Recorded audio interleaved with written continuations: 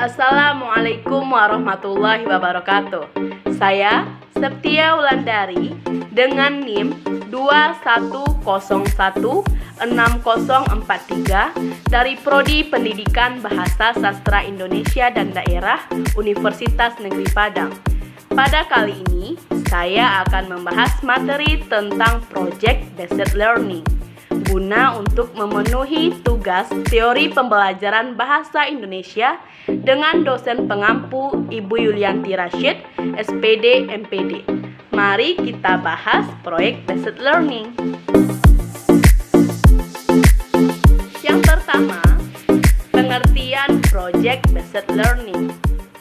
Pembelajaran berbasis proyek atau Project Based Learning adalah model pembelajaran yang memberikan kesempatan kepada guru untuk mengelola pembelajaran di kelas dengan melibatkan kerja proyek. Melalui pembelajaran berbasis proyek, proses inquiry dimulai dengan memunculkan pertanyaan penuntut dan membimbing peserta didik dalam sebuah proyek kolaboratif yang terintegratif berbagai bahan dalam kurikulum.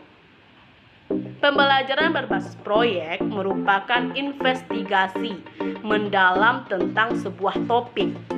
Dalam dunia nyata, hal ini akan berharga bagi usaha peserta didik. Mengingat bahwa masing-masing peserta didik memiliki gaya belajar yang berbeda, maka pembelajaran berbasis proyek memberikan kesempatan kepada para peserta didik untuk menggali materi dengan menggunakan berbagai cara yang bermakna bagi dirinya serta melakukan eksperimen secara kolaboratif. Yang kedua, karakteristik Project Based Learning. Menurut Buck Institute for Education 1999, belajar berbasis proyek memiliki karakteristik berikut. Yang pertama, siswa membuat keputusan dan membuat kerangka kerja. Kedua, terdapat masalah yang pemecahannya tidak ditentukan sebelumnya. Yang ketiga, siswa merancang proses untuk mencapai hasil. Yang keempat, siswa bertanggung jawab untuk mendapatkan dan mengelola informasi yang dikumpulkan. Yang kelima, siswa melakukan evaluasi secara kontinu. Yang keenam, siswa secara teratur melihat kembali apa yang mereka kerjakan.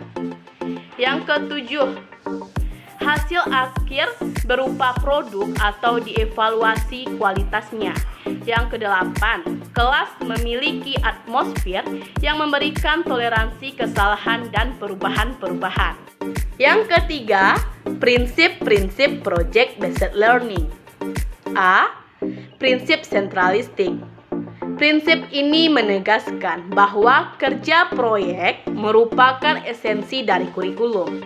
Model ini merupakan pusat strategi pembelajaran, di mana siswa belajar konsep utama dari suatu pengetahuan melalui kerja proyek. B. Prinsip pertanyaan pendorong. Prinsip ini menegaskan bahwa kerja proyek berfokus pada pertanyaan atau permasalahan yang dapat mendorong siswa untuk berjuang memperoleh konsep atau prinsip utama suatu bidang tertentu. C. Prinsip investigasi konstruktif merupakan suatu proses yang mengarah kepada pencapaian tujuan yang mengandung kegiatan inquiry, pembangunan konsep dan resolusi.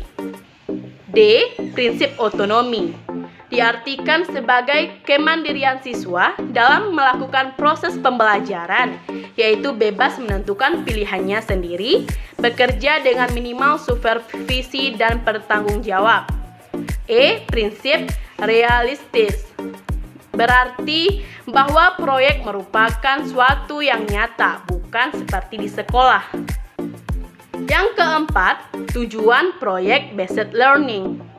Pembelajaran berbasis masalah bertujuan untuk membantu siswa mengembangkan keterampilan berpikir dan keterampilan memecahkan masalah belajar.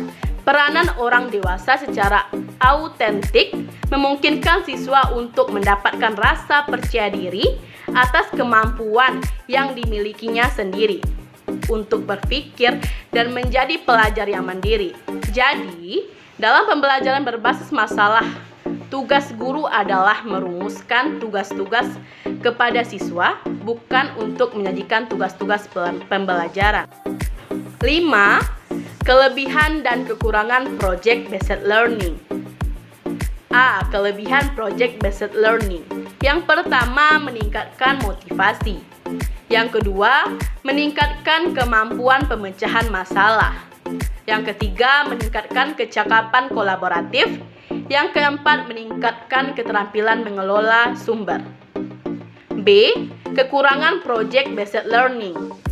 Menurut Saiful Bahri Jamarah dan Aswan Zain, kekurangan dari metode proyek sebagai berikut. 1. Pemilihan topik unik yang tepat sesuai dengan kebutuhan siswa. Cukup fasilitas yang sumber-sumber belajar yang diperlukan, bukanlah merupakan pekerjaan yang mudah. Yang kedua, kurikulum yang berlaku di Indonesia saat ini, baik secara vertikal maupun horizontal, belum melaksanakan metode ini. Yang ketiga, bahan-bahan pelajaran sering menjadi luar sehingga dapat mengaburkan pokok unik yang dibahas. Sampai di sini materi kita kali ini. Saya, Septia Wulandari, undur diri. Sampai bertemu di materi-materi selanjutnya. Semoga bermanfaat. Wassalamualaikum warahmatullahi wabarakatuh.